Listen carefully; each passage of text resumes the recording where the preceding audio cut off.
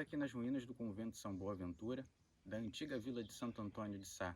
Vila esta que está comemorando, celebrando neste ano de 2022, ano do bicentenário da independência do Brasil, o seu aniversário de 325 anos de fundação, no dia 5 de agosto de 1697.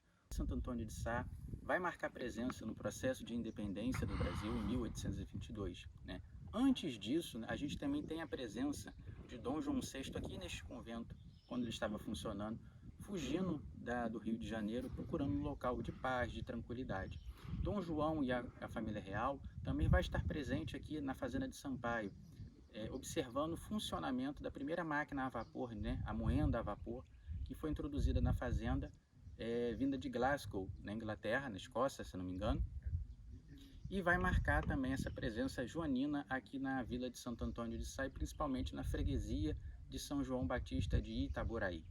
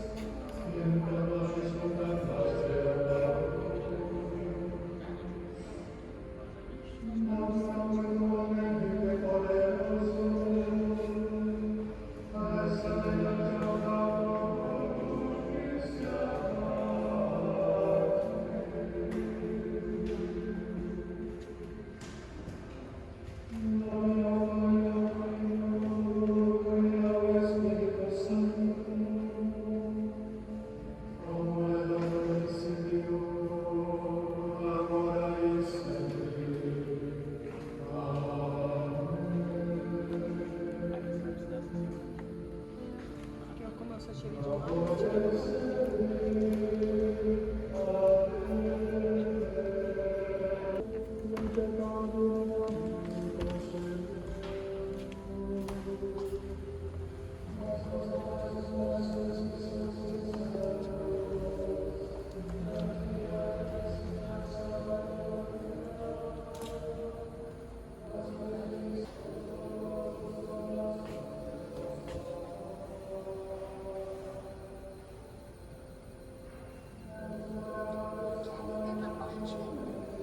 Era acesso dos sacristãos.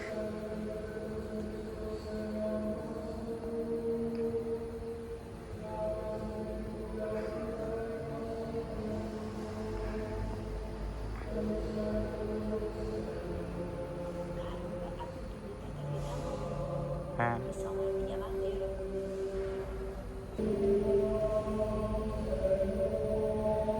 Dá um oi pro HGI. Renata, dá um oi pro HGI.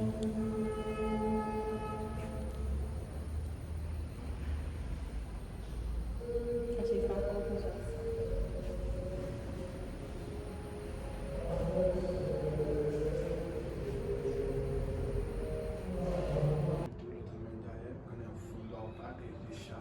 Olha que lindo. É os fundos do altar. Ai, adoro. Você sabia que tinha isso aqui, David? Então, eu tive aqui há muitos anos. Essa parte aqui eu não lembrava, não. Aqui é o quê? é os fundos do altar. Tá, mas aí embaixo é o quê? É porque eles devem ter visto já. São as ruínas, os primeiros pisos da Aí deixa essa vida. passarela pra gente Entendeu? conhecer. O quê? Crucifixo, alça de caixão. Esse piso. Ah, é de caixão. É. É, deve ter achado com piso antigo. Os alimentos de piso antigo. Alimentos de piso. E essa escada da onde? Ao outro lado.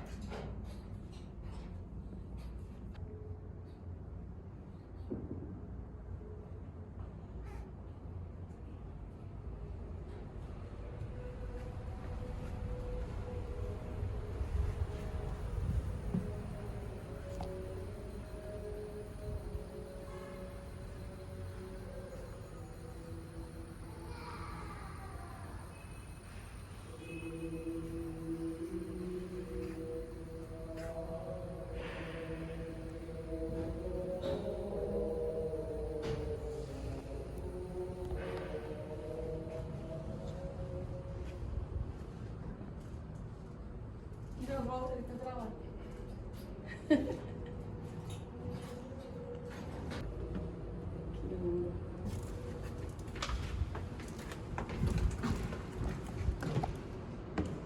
Vamos ver se mostra agora os marcais. Aham. Você sabia já? União de igreja. Fui coroinha, minha filha. Coroinha e treteiro de padre.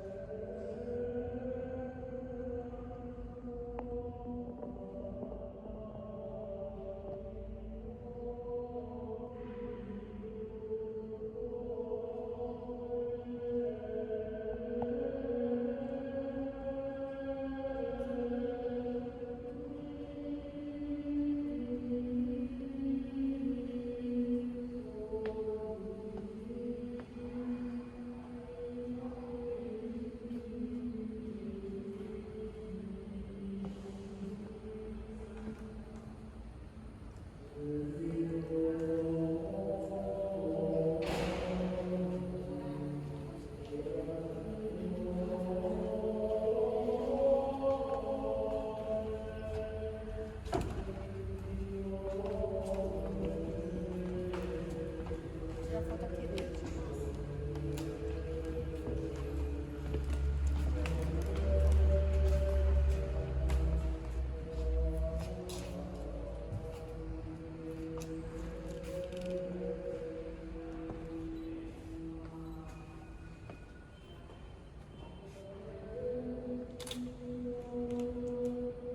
Meu Jesus.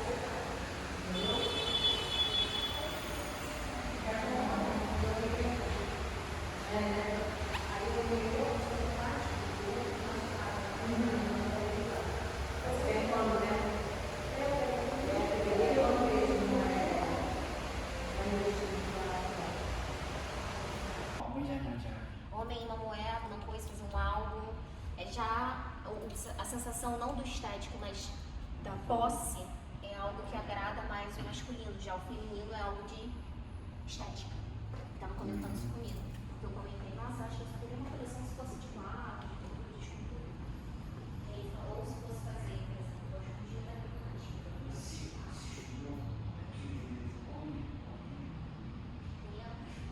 sim, sim, eu gostei de falar sobre ele agora.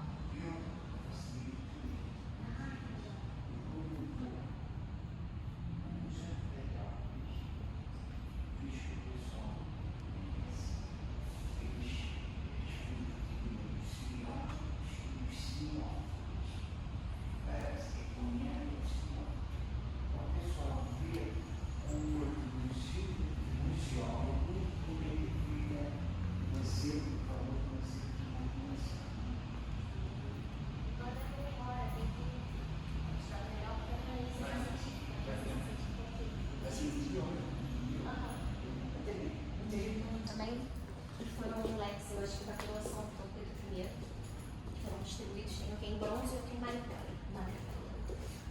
É comemorativo da coroação do Dom Pedro I e da fundação do Império no Brasil.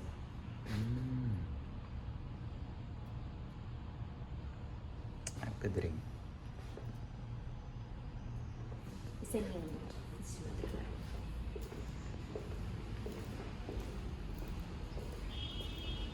São as condecorações. Ali tem as medalhas, né? Eu vi em Petrópolis, no museu, estive lá há pouco tempo, onde eu comprei este pin e outras coisinhas pequeninas. Eu tinha. Está tudo académico. Porque é que Portugal, por exemplo, as casas, todas têm Porque o valor inicial dele era um objeto cerimonial, que teoricamente é uma feminilidade, que você vai descartar depois. Contudo, ele já nasceu naquele plano, ele já nasceu para ser um item fisiológico, porque ele é um objeto que não tem, que depois disso não tem sentido. Então ele compara ao chão urinário, por exemplo, o nome. Chão urinário, sabe o que eu estou falando? Aquela peça de arte moderna que fizeram, o urinol. É o urinol, fizeram o urinol, falaram assim que tudo era arte do chão, pelo urinol. E aqui isso acontece exatamente isso, porque o objeto para ser feito é arte. E a geração pensa no cavalo, isso é destacado. Quando a gente olha para isso hoje, né, são registros históricos. Está representada aqui, não é? Aqui são figuras ilustres portuguesas. Uma delas é Vasco da Gama, acho que é este aqui. Outro é Luís de Camões, que escreveu Reduzida, não sei qual é. Este é o Duque de Wellington, que expulsou os franceses na Batalha do Vimeiro em Portugal, nas invasões francesas. Este aqui não me lembro quem é. E Dom Pedro, não é? E a princesa, a imperatriz Leopoldina.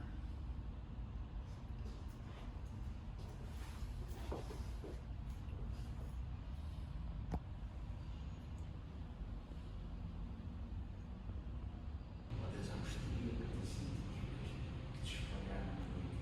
Então, houve uns arrebatos por isso. A minha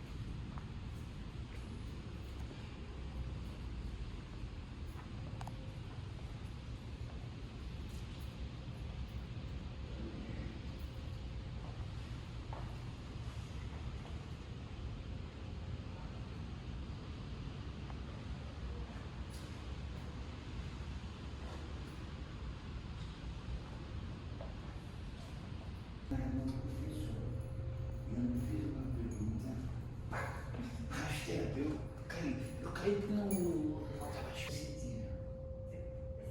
Agora eu conheci a Dina no toque da diretora.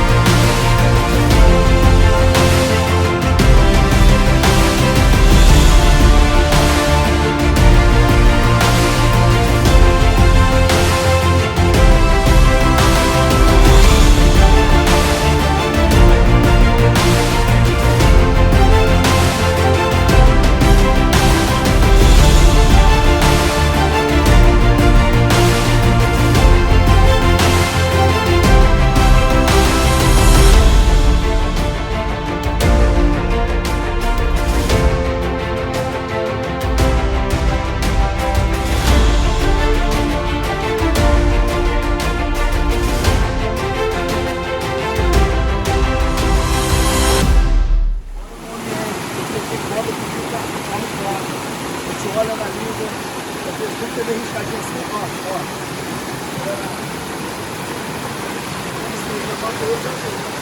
Cuidado aí, velho.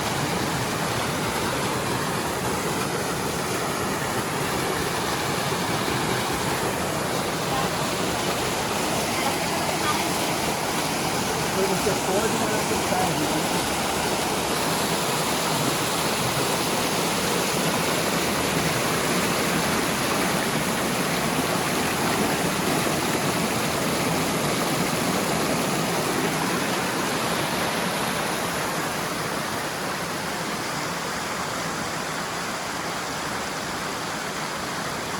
Aqui, ó, tem as colunas aqui que a gente supõe que seria o oratório da fazenda.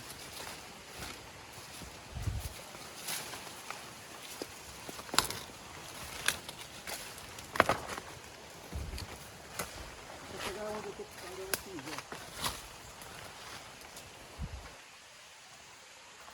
ó. Oi? Vou pegar esse caminho que eu tô pegando. Domingo, dia 22 de janeiro, estamos aqui em Tomascar, na Serra Barba de Ouro, ou Barba de Gato, né, conforme alguns chamam. Estamos aqui num local muito importante da história do Estado de Janeiro, no que tange o século XIX, a produção de café, escravidão, dentro de um contexto de fazenda. Isso aqui é as ruínas da antiga fazenda do Visconde de São Salvador. Fernando Carneiro Leão, né, David? Fernando Carneiro Leão. José Fernando ou Alexandre? Alexandre, né? Alexandre Carneiro Leão. Então, esse local é um local de memória, onde havia uma exploração aqui de café, agricultura, mas também de comércio, escravidão também, possivelmente, né? Teve uma rota também de escravidão, por se tratar de estar próximo de Maricá também, uma rota comercial muito importante para a história da nossa região. E o passado, a gente faz uma viagem na história através do passado, quando a gente faz esse trabalho de pesquisa e a gente ajuda, de certa forma, a divulgar e resgatar um pouco daquilo que ficou lá atrás. Fala dele um pouquinho também desse projeto. Esse projeto ele faz parte de uma contrapartida do governo do estado do Rio de Janeiro pelo edital da Retomada Cultural 2, onde a gente está abordando a questão do bicentenário da independência do Brasil e a questão de Itaboraí. Hoje, na configuração territorial, esse território está nas divisas, né, entre 3 municípios, né, Saquarema, Maricá, Tanguá e Rio Bonito, mas naquele tempo era tudo Santo Antônio de Sá. O período joanino, principalmente, é o período que a gente aborda na primeira parte do nosso livro, né? O Dawson, que é um grande pesquisador, né? Ele descobriu através da documentação o registro, né, que o Visconde de São Salvador de Campos, ele tinha uma propriedade aqui na região de Itaboraí, né, produtora de café. Não só isso, esse Visconde era irmão do Conde de Vila Nova de São José del Rei, um personagem que eu estou trabalhando no meu texto, né, em cima do livro, né, que tem a ver com a Vila Nova de São José del Rei. Esse conde, ele foi um dos primeiros presidentes, se não me engano, o primeiro presidente do Banco do Brasil, fundado por Dom João VI, e tanto o conde Visconde de São Salvador de Campos, quanto o conde de Vila Nova de São José del Rei, eles eram filhos de Brás Carneiro Leão, um grande fazendeiro aqui também da região, um grande comerciante de escravizados, né? Depois a família passou para a questão do tráfico, a partir de 1850, né? Mas antes desse período, o comércio de escravizados era uma questão legal. Então, principalmente essa rota aqui, eu estava conversando com o Dawson, a gente analisando toda essa conjuntura do espaço geográfico, das rotas, das trilhas. Dawson mostrou para a gente mais à frente um pouco a questão de um calçamento de pé de moleque. Então era sinal que haviam um fluxo cotidiano de rota de tropeiros aqui e rota provavelmente de comerciantes de escravizados, né? Justamente porque isso aqui era um ponto estratégico entre Saquarema, Maricá e Santo Antônio de Sá. Então é isso, gente. Estamos aqui para fazer esse registro, compartilhar com vocês. Nós estamos dando a nossa contrapartida enquanto Instituto Histórico e Geográfico e dessa forma contribuindo para a preservação e difusão da história do Estado do Rio de Janeiro através das nossas ações como pesquisadores, historiadores e preservacionistas do Estado do Rio de Janeiro.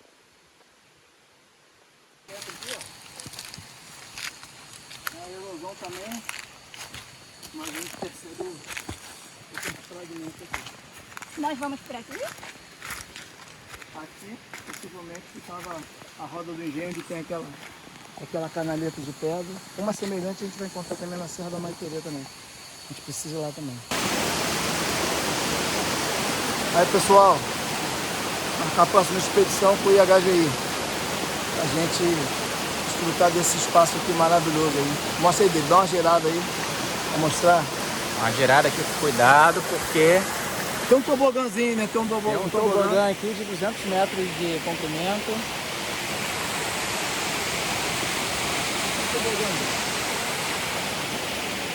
Um tobogã meio fatal, né? Então, tendo cuidado é pouco.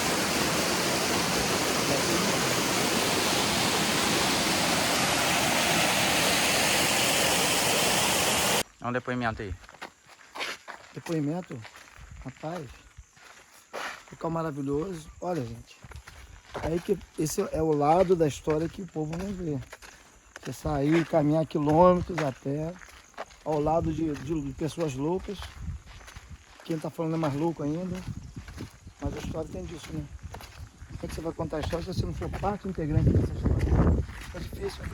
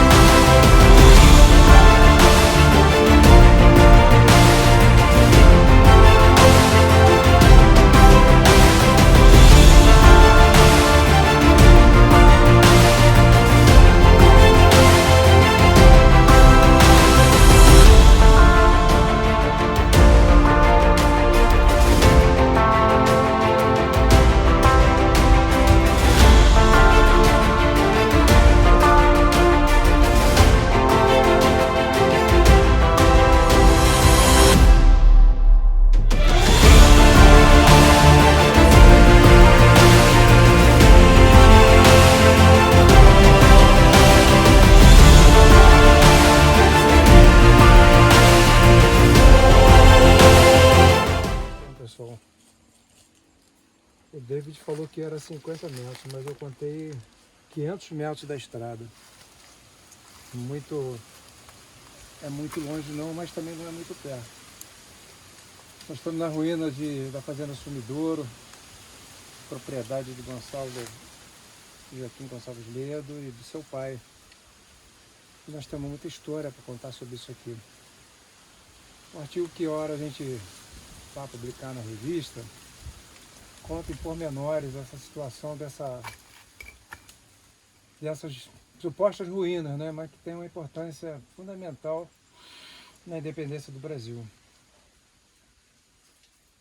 A gente fazer um prolongamento de histórias dessa fazenda, a gente cair no erro.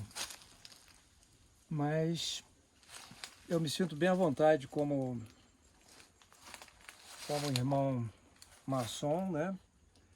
No momento adormecido, mas Gonçalves Ledo, através da maçonaria, em 20 de agosto de 1822, fez o favor para todo brasileiro de ser o prócer da nossa independência. 7 de setembro é comemorado, sim, com muito rigor, mas 20 de agosto é uma data que não deve ser esquecida. E essas ruínas hoje, que não vejo aqui muitas ruínas, eu vejo uma construção sólida ainda no tempo, marcar com importância a presença da maçonaria, a presença de inconfidentes e a presença de vários irmãos que contribuíram para que nós sejamos um povo livre, um povo liberto, um povo que pode, ainda nas atuais circunstâncias, falar sobre sua história. Eu estou me sentindo muito lisonjeado pela disponibilidade do casal e dos nossos amigos que aqui presentes estão, e dizendo a todos que eu acredito que a presença de Gonçalves Ledo nessa hora, no Oriente Eterno, está se fazendo presente como irmão vigilante do grau 2. Deus abençoe a todos, Deus abençoe a maçonaria, Deus abençoe o Império, Deus abençoe a todos, Deus abençoe a Fazenda Sumidouro e toda a sua história.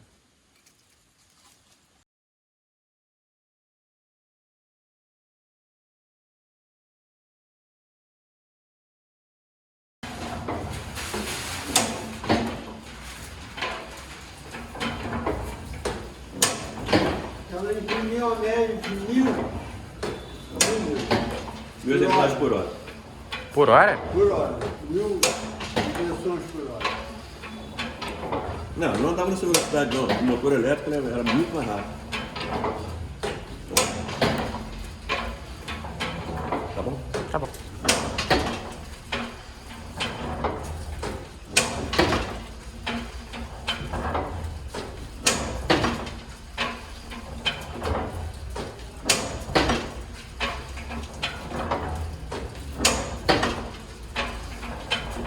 Cada volta dessa era uma folha impressa, né? Exatamente.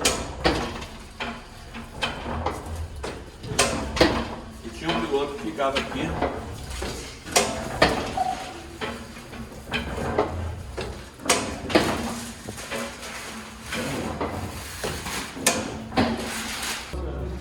Ela trabalhou até 1986.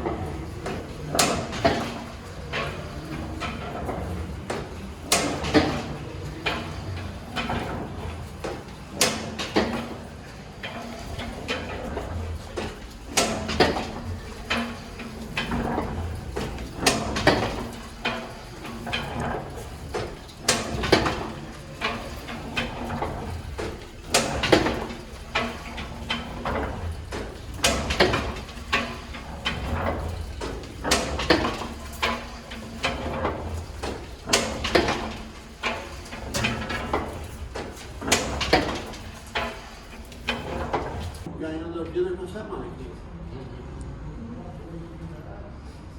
Que na época era bem atual.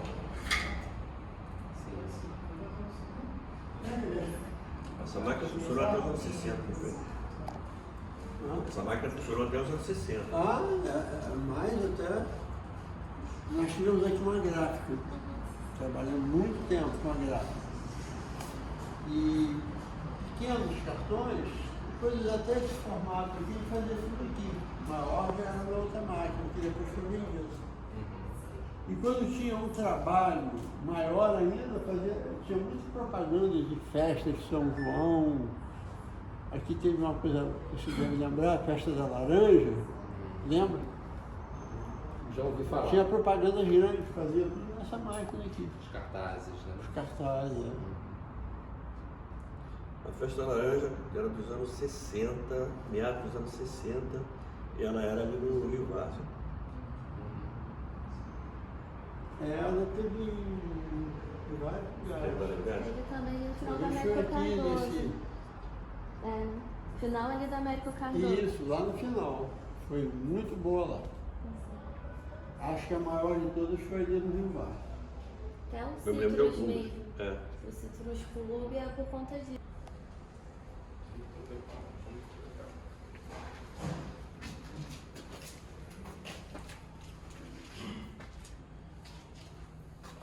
Imagino que talvez uma pequena empresa que estivesse construindo isso aí e vendendo.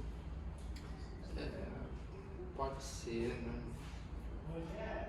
Teria que... Você vê aqui, você tem essa parte aqui, esses acabamentos aqui caindo para cá e para cá.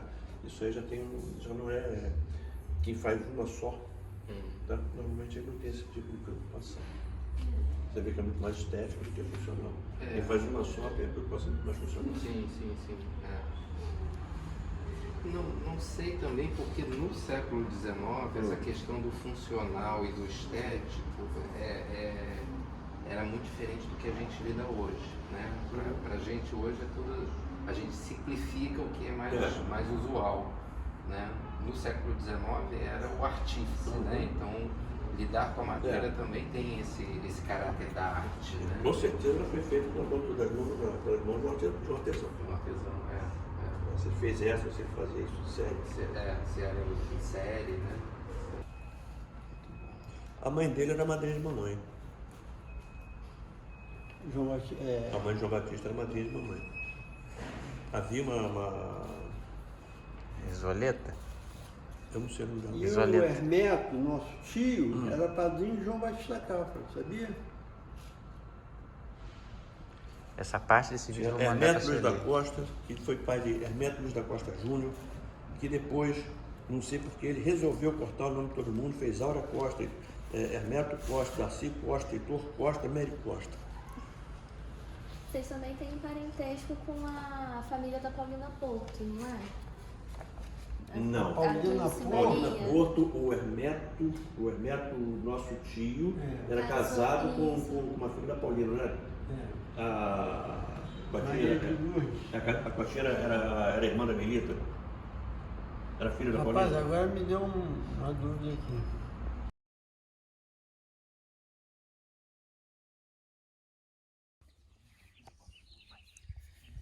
Estamos novamente frente ao Convento São Boaventura, uma das grandes maravilhas que esse país tem. A gente não está falando somente de um complexo monumental, arquitetônico, artístico, histórico. A gente está falando um pouco da afetividade, né, que essa história, que essa região toda tem a nos proporcionar. E quando a gente pensa em São Boaventura, quando a gente pensa na vila de Santo Antônio de Sá, a gente tem que imaginar que o monumento, que a igreja ou o convento, ele nunca está sozinho, né?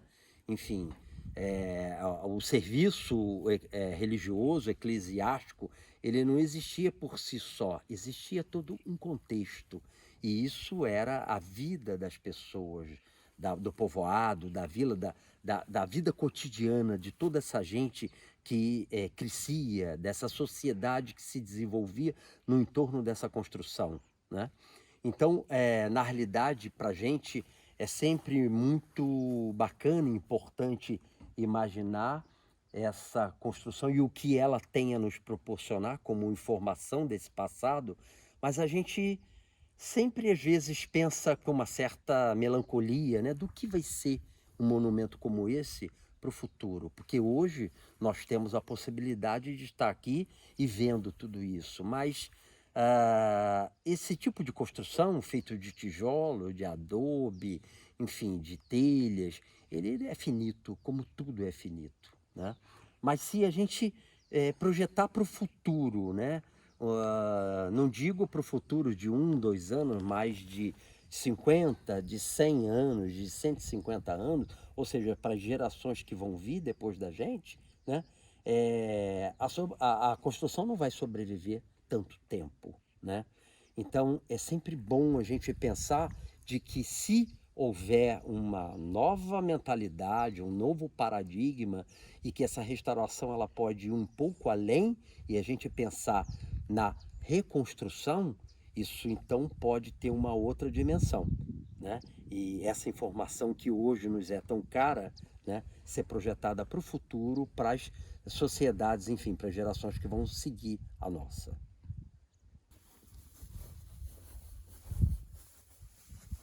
Tem ali, ó, aquele é mourão. Porque aqui, até os incêndios que chegam aqui, né, por isso foram colocadas essas caixas d'água aqui.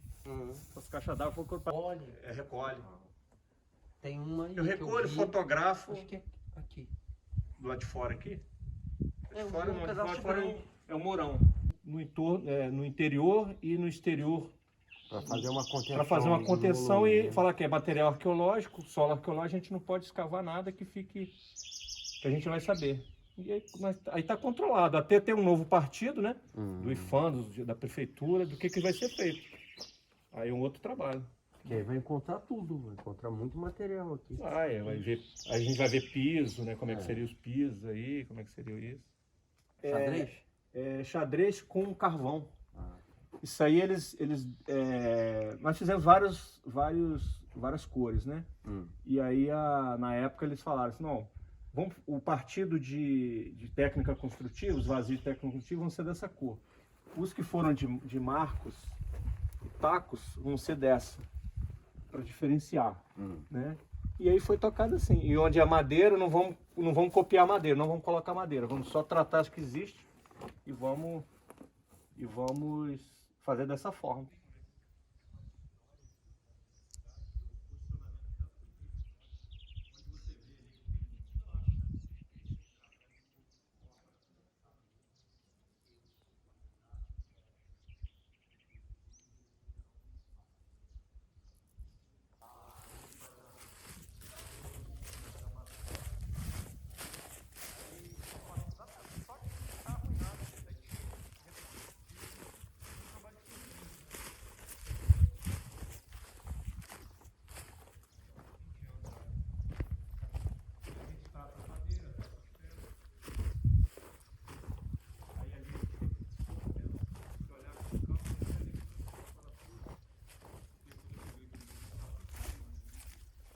E retiramos ele. Tá vendo? O primeiro. Como segurou ele, tendo retirado. Isso aí, montou tipo um suspensório de aço assim, travou aqui e tiramos esse de baixo. Aí fomos montando uma forma, retiramos aqui, colocamos aqui tudo identificado, montamos, fizemos o arco. Isso aí é um trabalho. Trabalho isso aí bacana. É um vídeo, hein? Isso aí é um documentário. Isso aí foi lindo de fazer. Só falando me arrepio. Aí concretamos depois com os pedreiros ali de restauro. Documentou isso? Documentou. Está tudo no IFAM, entendeu? Aí refizemos o arco nessa tijoleira aí. E é o que a gente isso aí é material para fazer.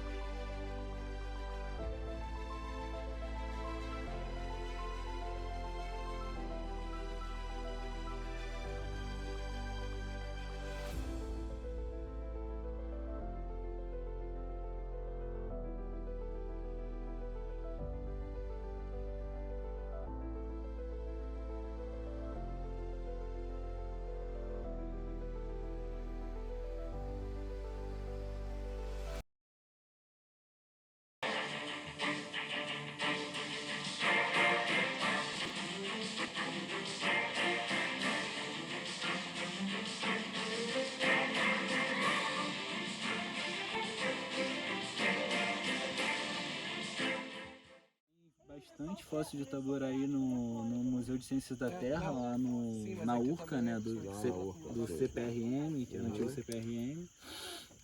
E a gente tem fóssil de Itaboraí também no Museu de História Natural em Nova York e no Rio Grande do Sul e o FRJ Fundão. E os mamíferos que foram encontrados aqui? Estavam no museu? Grande parte está lá no Museu de Ciências da Terra, lá na URCA. E o tatu? Tá lá. Esses estão lá. Que é o tatu mais antigo aí do mundo, né? Foi encontrado aqui. O fóssil do tatu mais antigo do mundo e do ancestral da ema também mais antigo do mundo foi encontrado aqui. Então o que se perdeu no Museu Nacional foi mais gastrópodes, daquela... Muito fóssil de mamífero, principalmente do grupo que eu estudo, tinha muito material que foi coletado no ano de 48, que estava depositado lá, que se perdeu. Eu tenho algumas fotos, mas nada como você fazer uma observação direta do material, né? Mas por sorte tem bastante coisa também nesse Museu de Ciências da Terra, porque eram as duas coleções e esses que estavam abrigavam. no Museu Nacional perdidos foram publicados? Não, muita coisa não foi publicado. E o que foi publicado precisava passar por uma revisão. Você sabe o que o museu conseguiu perder no incêndio? Mais de 100 cabeças munduruku umiscadas do Emílio Gueldi, que vieram para cá emprestadas. E perdeu mais de 100 cabeças. As fósseis de Itaboraí mesmo, como que você repara um dano dessa magnitude, né? São coisas que você não consegue coletar mais. Não.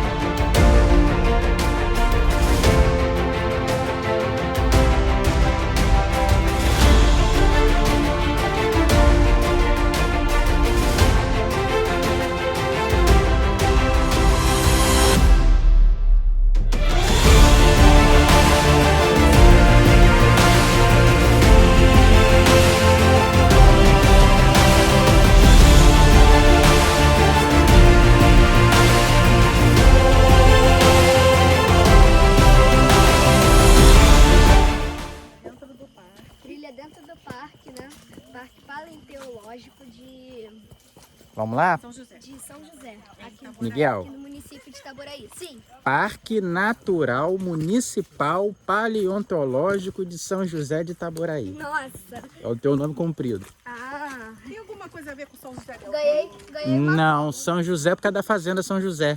Aqui tinha uma fazenda? É, o nome da fazenda era Fazenda São José. Onde encontraram a jazida.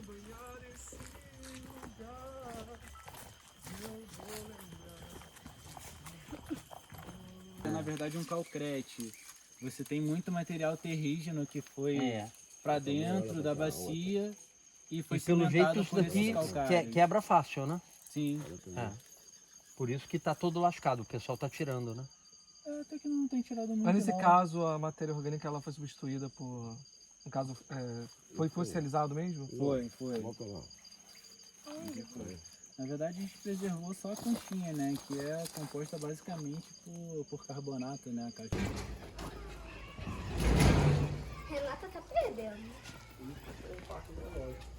Oh, meu Deus. Eu conheci um cara que fez. Lá do eu sou muito da onde? Naquela barriga, uma vez. Eu também não. Tá sumido. Eu até mandei uma mensagem para ela que morreu a Maria de Lourdes, lembra? Aquela vitrinezinha do Museu Nacional. Isso.